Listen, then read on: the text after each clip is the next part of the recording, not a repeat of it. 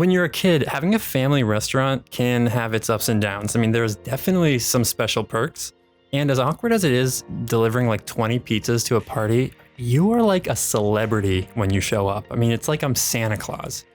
But also, the business kind of always comes first. I think I worked at my family pizza place like literally every Friday night, which honestly kind of sucks when you're in high school.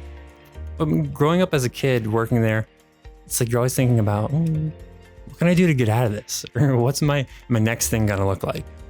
As a filmmaker, I never imagined that I would take on a project like this. I mean, to this extent. But they always say, write what you know. And that's why this project just makes so much sense. I mean, it just feels right. My name is Matt HD. I am a filmmaker, commercial producer, actor, and I'm shooting this pretty cool project that I'm currently calling Pizza TV.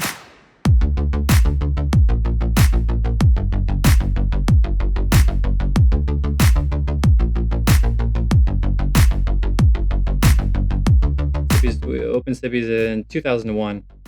I think I was a freshman in high school when we opened. It was interesting when the shutdown first started. I kind of was really just fired up by that and kind of got really inspired.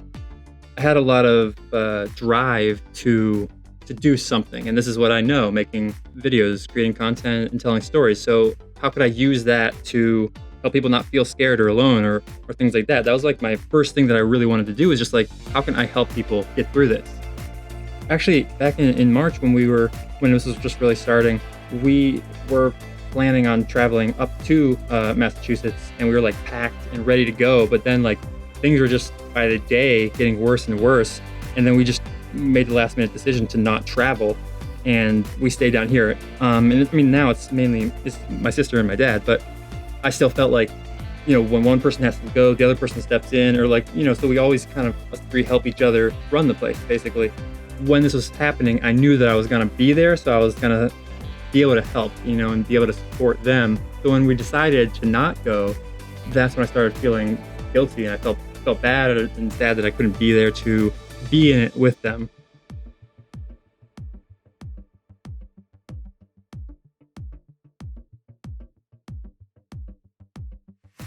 So the idea for Pizza TV originated out of a need to stay connected to the community that we've been serving for almost 20 years. Our family made a difficult decision to close for a while, and Pizza TV was just a way to allow our customers to continue to enjoy our food, even if our doors were closed. Pizza TV is essentially a DIY pizza series hosted by me, providing some entertainment and great tips and recipes from my dad, the master who has a lifelong experience in the food industry. The project consists of a video series with corresponding blog posts and short shareable videos, and we hope to develop a digital cookbook at some point. I mean, the first step was adapting our recipes, to the home kitchen. So things like scaling down a 75-pound batch of dough to roughly, 2 or 3 pounds, and then going from cooking in a 700-degree oven to like 400 degrees. So there was a lot of trial and error, but I mean, it was a cool experience because I got to, collaborate with my dad on figuring these things out, and like it's kind of a new territory for him, and figuring out how to scale down these recipes and making it work so people could be able to make this in their own kitchens.